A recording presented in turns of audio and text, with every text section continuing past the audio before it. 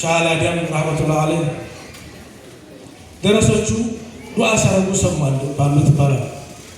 ሚመን አሲፉ ቢ የማምነው የራሳቸው ደረሳ ነው የነገሩኝ።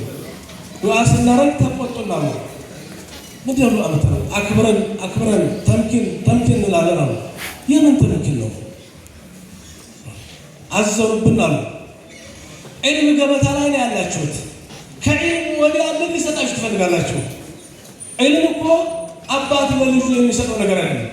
يلهم السعداء ويحرموا الأشقياء لا يورث من الآباء والأجداد أبات حياة يورثه ولا يشترى بالفلوس በገንዘብ አይገዛም በዘርም አይወረስም علم ያላህ ስጦታ ነው العلماء ورثة الأنبياء የነቢዩ ዋሪስ ነው የጃሂል ልጅ ዓሊም ይሆናል የዓሊም ልጅ ጃሂል ይሆናል በናት ብቻ ካልሆነ በስተቀር ይህ እኮ ያላህ ስጦታ ነው ትልቅ ገበታ ነው ትልቅ መድረክ ላይ ወጣችሁት ሲሉን ለዱንያ ዱዓ ማድረጋችንን አቆም እንላለን የእሳቸው ልጅ ዓለም የሚደነቅበት በአሁኑ ጊዜ ቅርብ ጊዜ ነው ያለፉት ሸህ መሐመድ አሊ ነሳኢን የሸረቡት 100,000 ገብቷል ይባላል በአሁኑ ጊዜ የሀበሻ ልጅ ነው የደሴቱ ዙሪያ በዛ አካባቢ ተወልዶ መካ ውስጥ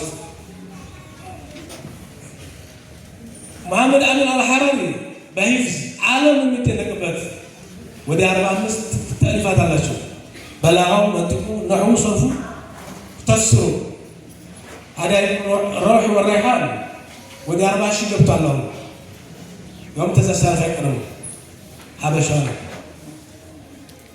በደሴ ዙሪያ ብዙዎች አሉ ነበሩ ዶክተር መሐመድ አሊ ሳውዲ ውስጥ ዳር አልሐዲስ ሁሉን ጨርሰው ወደ ሀገሩ እንዳይመጡ ነፃነት አልነበረም ፈሩ ወደ የመን ሄዱ ቅርብ ጊዜ ነው ያለፉት ዶክተር ኢድሪስ መሐመድ የአንዋር መስጂድ ጀማዓዎች ታውቁታላችሁ ረህመቱላህ አለይህ ኢብራሂም ይባል መምህር ኢብራሂም የሱ ወንድም ኢብራሂም መሐመድ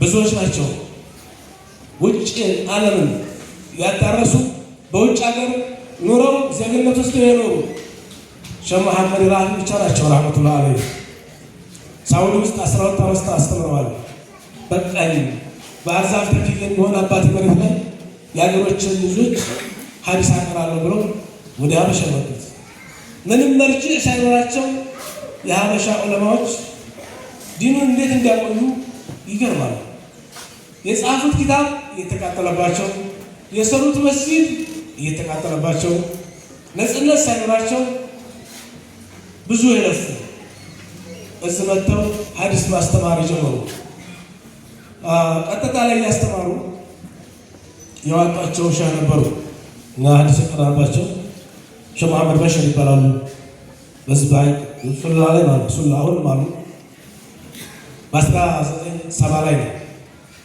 የዛሬ 45 46 ዓመት ብሉ ባልመራ ደሴ ላይ 7 ብር 8 ብር ነው የሚገዛው ከአዲስ አበባ በ5 ብር ነው የሚመጣው ቡኻሪ ሙስሊም 80 ብር ነበር 80 ብር ከዛ በስተፊት መዛብ ሻፊዒያ መዛብ ሐነፊያ እሱም በእጅ የተጻፈ ነው አብዛኛው መርጅዕ የለም ግን በኢድ አይታም የጻፉት ኪታብ ቢታተም የህትመት ብርሃን ቢያገኝ ኖሮ ተውጭ ኪታብ ማስመጣት አይጠበቅም ነበር እዚሁ በቂ ነበር አለመታደል ሆኖ ባለመደራጀታችን መብት በማጣታችን ያለፈ ነገር ነው አሁን ግን ያንነስ ያጡትን እናንተ በማግኘታችሁ በጣም ደስ ብሎኛል ይሄን መመረቅ በዚህ ሰርቲፊኬት ማግኘት እንደ ቀላል ነገር አትውት ተነፍቆ የኖረ ነው አሁን ወናንተ ላይ እየታየ ያለው ስለዚህ አልሐምዱሊላህ ረብል ዓለሚን ልትወት ይገባል የሀገራችን መሻይኾች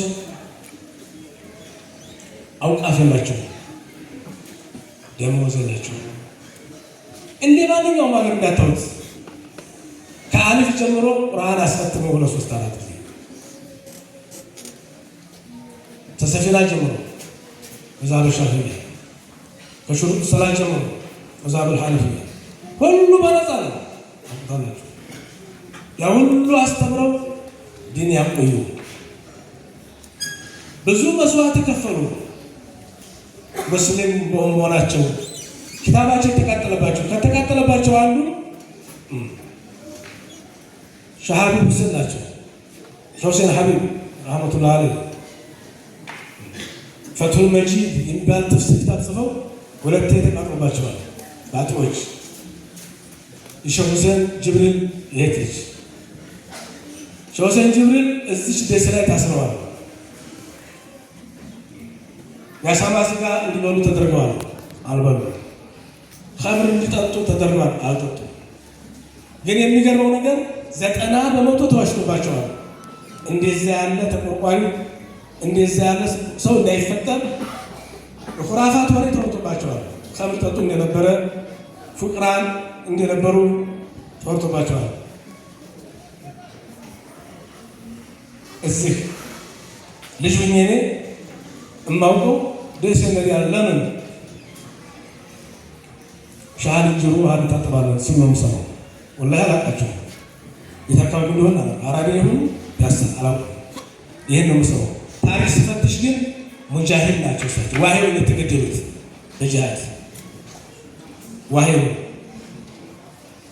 አስላቸው ወደ አጣየታች ነው።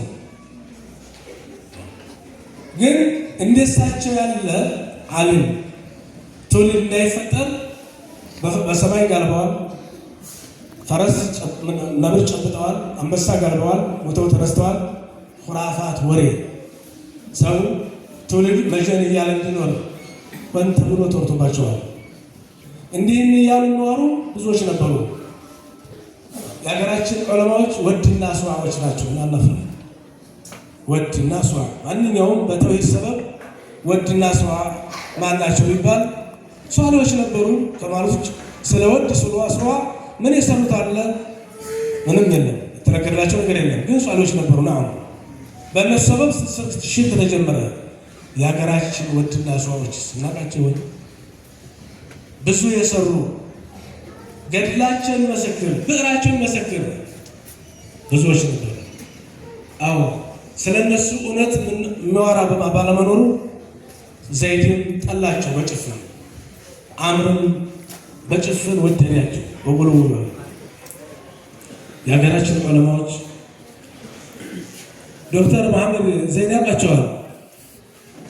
ሐጂ በሽር ዳውድ እንዴት እንደለፉ እንዴት እንደተንገላቱ እስተ ሱዳን እስተ አዝሃር ድረስ ተምረው መጥተው እዚች ሀገር ላይ ደሞዝ እኮ ማግኘት አይደለም መናገር እንዳይችሉ ዲዋ ማድረግ እንዳይችሉ ማስተማር እንዳይችሉ ተደርገው ያለፉ ብዙዎች ናቸው።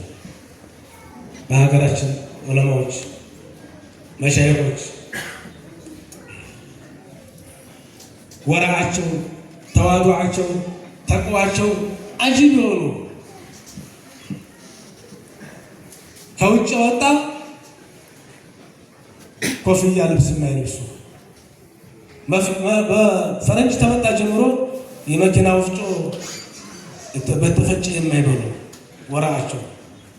ያንኛው ጤፍ ሲያልቅ ሌላ ጤፍ ይጨምራል፣ ያንኛው ሽሮ ሲያልቅ ሌላ ሽሮ ይጨምራል። ሹብሃ ነው ብለው